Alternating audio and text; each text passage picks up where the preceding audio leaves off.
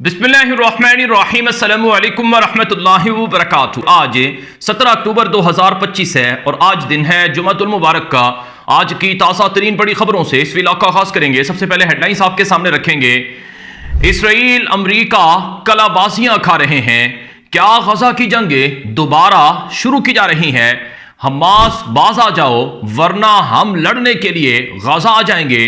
अमेरिकी सदर Donald Trump ने एक बार फिर गजा में हमास को ललकार दिया है। गजा की तामीर नो नहीं होगी। इसराइली फौजें लंबी लड़ाई के लिए तैयार हैं और गजा की जंगबंदी मुआहदे की खिलाफ वर्जियां भी रिपोर्ट हो रही हैं। क्या गजा पर मुकम्मल इसराइली कब्जे का प्लान है? खुफिया मंसूबे क्या चल रहे हैं? और गजा में इसराइली डेड बॉडीज की हवालगी में क्या रुकावटें हैं?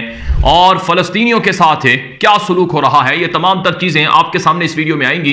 इससे पहले कि मैं खबरों का आगाज करूं, बाकायदा तफसीलात आपके सामने रखूं, आपसे गुजारिश है अगर आप हमारे इस चैनल पर नए हैं तो लाजमी सब्सक्राइब कर लें ताकि आपका और हमारा ताल्लुक मजबूती से जुड़ा रहे। आगाज करेंगे आज की सबसे बड़ी खबर। अमेरिकी सदर डोनाल्ड ट्रंप के हवाले से यह मशहूर है कि वो नाकाबिले यकीन शख्स हैं। वो कभी भी कुछ भी कर सकते हैं। चाहे तो वो अपने दुश्मनों को गले लगा लें, चाहे तो अपने दोस्तों को नाराज कर दें, और चाहे तो वो अपने मुंह से और अपने हाथ से और अपनी जबान से किए गए वादों को अचानक खत्म कर दें।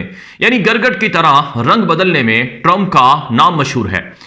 अब जो ताजा खबर है, अमेरिकी सदर ट्रंप ने 2 दिन पहले यह कहा था कि जैसे अमेरिका के अंदर गैंग हैं, जैसे दुनिया के किसी भी मुल्क में गैंग होते हैं, उनको खत्म करने के लिए वहां पर लड़ाई लड़ी जाती है, ऐसे ही गजा में अगर कोई गैंग है उसको अगर हमास खत्म कर रहा है तो यह अच्छी बात है।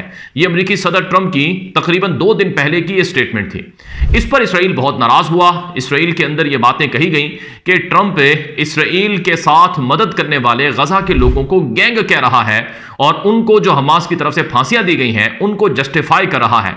तो अब अमेरिकी सदर ट्रंप से मुमकिन तौर पर राब्ते हुए होंगे और ट्रंप को कहा गया होगा कि जो बातें तुमने की हैं इससे तो हमास को और ज्यादा मौका मिलेगा कि वो गजा में लोगों को जो उनके मुखालिफ हैं उनको वो फांसियां दें। तो ट्रंप ने रात गए एक ट्वीट दागी, एक पोस्ट की जिसमें लिखा कि हमारे और हमास के दरमियान मुआहिदे में गजा के लोगों को मारना शामिल नहीं था। चूंकि हमास गजा के लोगों को मार रहा है इसलिए हमास तुम बाज आ जाओ वरना मुआहिदे की खिलाफ वर्जी तस्वुर होगी और हम तुम्हें मारने के लिए मैदान में आएंगे।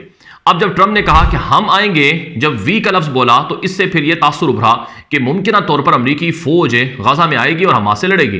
तो ट्रंप ने फिर एक और बयान दिया जिसे अल जजीरा ने नकल किया है कि अगर हमास मुआहिदे की पासदारी नहीं करेगा तो फिर वो लोग गजा में आ जाएंगे जो इंतजार में बैठे हुए हैं कि गजा में किस तरह से हमास के साथ लड़ाई को दोबारा शुरू किया जाए। सादा लफ्जों में गजा के अंदर ऐसे कई गिरोह पकड़े गए हैं जो इसराइल के साथ ताउन करते थे, इसराइल की मदद करते थे और इसी तरह से वो गजा के मकामी शहरियों को हिरासा करते थे। यानी सादा लफ्जों में गजा के अंदर बागी अनासर के साथ हमास की झड़पें रिपोर्ट हुई हैं और आलमी मीडिया पर भी ये रिपोर्ट हुआ है कि कई लोगों को हमास की तरफ से फांसी दी गई हैं। फलस्तीन के महमूद अब्बास की अथॉरिटी ने भी कल इसको नाकाबिले यकीन करार दिया था और कहा था कि यह गैर कानूनी अमल है। बहरहाल अमेरिकी सदर ट्रंप ने हमास को एक मरतबा फिर ललकार दिया है। अब एक और खबर है, इसराइली वजीर आज़म नेतन्याहू का बयान। नेतन्याहू ने अपने बयान में कहा कि हम अपने जंगी अहदाफ को हासिल करेंगे, हम टोटल विक्ट्री हासिल करेंगे और हमने जो अहदाफ सेट किए हैं उनको हम हासिल किए बगैर खामोश नहीं रहेंगे। और इसराइली वजीर आज़म नेतन्याहू ने कहा कि हम जंगबंदी मुआहिदे की खिलाफ वर्जी नहीं कर रहे हैं, हमास कर रहा है, वो हमारे डेड बॉडीज़ की जो डेड बॉडीज़ हैं उनको वापस नहीं कर रहा है। अब हमास की तरफ से कहा गया है, जैसे कि द टाइम्स ऑफ इसराइल ने भी लिखा कि हमास कहता है कि गजा में इसराइली हॉस्टेजेस की लाशों को रिकवर करना मुश्किल है, उसके लिए हैवी मशीनरी की ज़रूरत है जो कि हमारे पास नहीं है। अल जजीरा ने गुज़श्ता रात एक ऐसी वीडियो जारी की जो गजा में इसराइली कैदियों को बुलडोज़र के ज़रिए से मलबा हटाकर तलाश करने का अमल था, वो दिखाया गया। इसराइली मीडिया में ये भी बातें आई हैं कि जो सालिसी करने वाले ममालिक थे यानी अमेरिका, मिस्र वगैरह, उनको इसराइल ने इंटेलिजेंस मालूमात बताई हैं जहां पर इसराइली हॉस्टेजेस मौजूद थे जो कि बमबारी का निशाना बने या मारे गए। तो अभी इसराइल के तकरीबन 10-11 कैदियों की लाशें वापस गई हैं और 19 के करीब अभी भी बाकी हैं। इसराइल कहता है कि वो फौरी वापस करो वरना हम रफा बॉर्डर नहीं खोलेंगे। अब जो मेरे सामने अल जज़ीरा की एक रिपोर्ट मौजूद है, ये ज़रा आप रिपोर्ट देखें जो अरबी के अंदर लिखी गई है, जिसमें लिखा गया है कि जंग बंदी की खिलाफ वर्जियाँ जो इसराइल ने अब तक की हैं 36 मरतबा फायरिंग के वाक़यात हुए हैं और 7 आम शहरी जंगबंदी के बावजूद इसराइल के हमलों में मारे गए हैं और 173 इमदादी सामान की गाड़ियां गजा में दाखिल हुई हैं, जबकि मुआहदे के तहत 1800 इमदादी सामान की गाड़ियां गजा में दाखिल होना थी। यानी 1800 इमदादी सामान के ट्रक गजा में आने थे मुआहदे के तहत रोजाना 600 के करीब, लेकिन अभी तक सिर्फ इसराइल ने 173 आने दिए हैं, जिसका मतलब वाज़ेह तौर पर जंगबंदी मुआहदे की खिलाफ वर्जियां हैं। अब ये इसराइली अखबारात की रिपोर्ट इस वक्त मेरे सामने है, जिसमें एक रिपोर्ट छपती है मारिफ अबरानी जबान के अखबार में, जिसमें लिखा गया है कि the war may be formally over but the IDF understands one thing more than ever today, कि जंग अगरचे एलानिया रस्मी तौर पर ख़त्म हो चुकी है, लेकिन इसराइली फ़ौज को एक बात समझाई गई है और वो ये बात समझती है कि हमें लंबे अरसे तक लड़ना है। ये इसराइली अखबार मारिफ ने लिखा है। इसी तरह से एक और ख़बर आप ज़रा ये देखें जो मारिफ ही के अंदर नशर हुई है, जिसमें यह कहा गया है कि due to the lack of progress with the release of the hostages Netanyahu brought out the heavy guns, कि नेतन्याहू ने चूंकि इसराइल की लाशें डेड बॉडीज फौरी वापस नहीं हो रही हैं, इसलिए नेतन्याहू ने कहा है कि हम गजा में इमदादी सामान भी नहीं आने देंगे और गजा की तामीर नो भी नहीं करने देंगे, अलबत्ता खुराक और दवाओं को गुजरने की इजाज़त होगी। अब सवाल यह है कि 173 इमदादी सामान के जो ट्रक हैं, क्या उनमें आटा आया है? क्या उनमें लोगों के लिए ज़रूरियात ज़िंदगी का सामान आया है? जब मुआहदे में यह बात तय है कि इसराइल के सारे कैदी रिहा, अब इसराइल के 220 होस्टेजेस रिहा कर दिए गए, फ़लस्तीन के भी 2000 कैदी रिहा कर दिए गए। पहला मरहला खुशूसलूबी से मुकम्मल हुआ। अब डेड बॉडीज़ को रिकवर करने के लिए ज़ेर ज़मीन जो सुरंगें थीं या जहाँ पर इसराइल की बमबारी हुई मलबा था, वहाँ पर तलाश का अमल जारी है। इसराइल कह रहा है कि यह जानबूझकर रुकावटें खड़ी की जा रही हैं।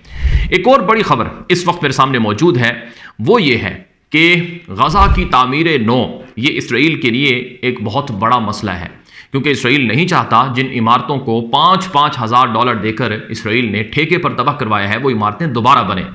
और जाहिर है ये इमारतों को दोबारा तामीर ना होने देना ये ऐसे ही नहीं है, इसके पीछे कोई लॉन्ग टर्म खुफिया अहदाफ और मकासद हैं। अब वो क्या है कि इसराइल के अंदर वज़ीर ख़जाना समोत्रिश कह चुका है कि हमने गजा में यहूदी बस्तियां बसानी हैं, और इसराइली वज़ीर कौमी सलामती कह चुका है कि हम गजा में हमास पर भरोसा नहीं कर सकते हैं, उनसे असलहा लेना होगा, उनको मुकम्मल ख़त्म करना होगा।